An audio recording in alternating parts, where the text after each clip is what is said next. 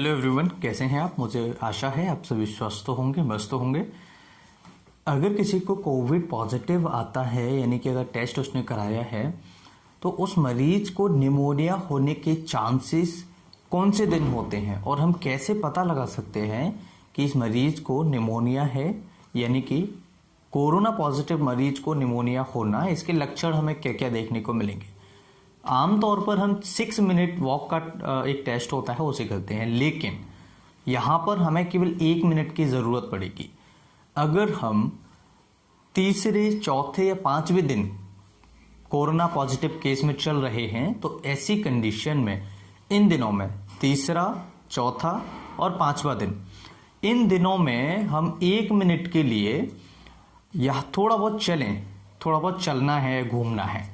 अगर थोड़ा बहुत चलने फिरने पर ही हमें सांस फूलने लगे, घबराहट होने लगे, छाती में दर्द होने लगे, छाती में कंजेशन लगने लगे, या ऐसा लगने लगे कि खांसी आ रही है, और उसी टाइम पर अगर हम ऑक्सीजन लेवल चेक करते हैं तो ऐसी कंडीशन में SpO2 यानी ऑक्सीजन लेवल का कम होना ये संकेत देता है कि उस मरीज को निमोनिया के लक्षण हैं।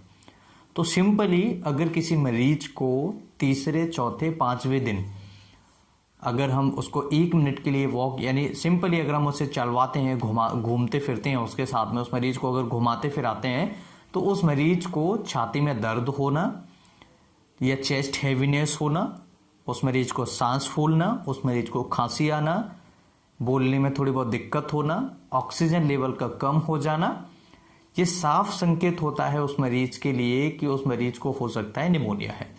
तो ऐसी कंडीशन में अगर हम निमोनिया को अर्ली स्टेज में पता लगा लेते हैं, यानी कि अर्ली मतलब कि जल्दी, अगर हम जल्दी ही इसका पता लगा लेते हैं, तो इसके लिए हमें कुछ टेस्ट कराने होते हैं, जैसे कि एक्सरे है, सिटी स्कैन है।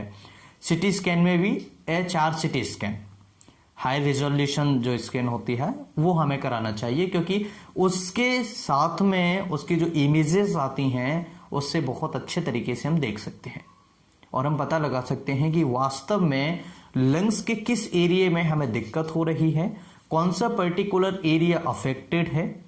इन चीज़ों से हम पता लगा सकते हैं। तो ये टेस्ट हैं। इसके लिए अगर हम ट्रीटमेंट की बात करें तो ट्रीटमेंट आपका थोड़ा बहुत चेंज किया जा सकता है, और जैसे कि कुछ एंटीबायोटिक्स दी जा सकती हैं, या फिर आपको कुछ ऐसी दवाइयाँ दी जा सकती हैं जो स्पेशली निमोनिया की बीमारियों में चलती हैं।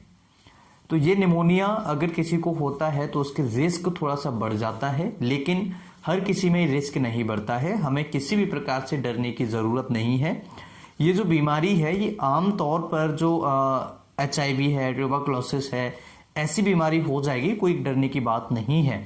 लेकिन डरना हमें अभी इसलिए है क्योंकि जो डेथ रेट है वो हालांकि कम है, लेकिन फिर भी थोड़ी सी समस्या हमें देखने को मिल सकती है। 14 दिन का क्वारंटाइन है, फिर उसके बाद में 10-15 दिन, 20 दिन और से आप घर पे बैठो आराम से, समझ रहे हैं। तो ये 1-2 महीने का रिस्क ही है, इसलिए थोड़ा सा बचाव करें। और हमें डरना नहीं है किसी भी चीज़ से, किसी भी चीज़ से डरने की, किसी भी प्रकार से कोविड से, कोरोना से डरने की ज़रूरत नहीं है। और आप सभी को छोटी दीपावली की बहुत बहुत शुभकामनाएं। अच्छे से मनाएं, खुश रहें, अपनी फैमिली के साथ मनाएं, और फटाके कम से कम चलाने की कोशिश करें। उसका कारण ये है कि पॉल्यूशन आप सभी जानते हैं कितना होता जा रहा है, इसलिए आप ध्यान रखें, फटाके कम चलाएं। और छोटी दीपावली की आप सभी को बहुत बहुत शुभकामनाएं। हम फिर मिलते हैं इसी तरह किसी नई वीडियो में, तब तक के लिए अपना प्यार देते रहें, वीडियो को लाइक करें।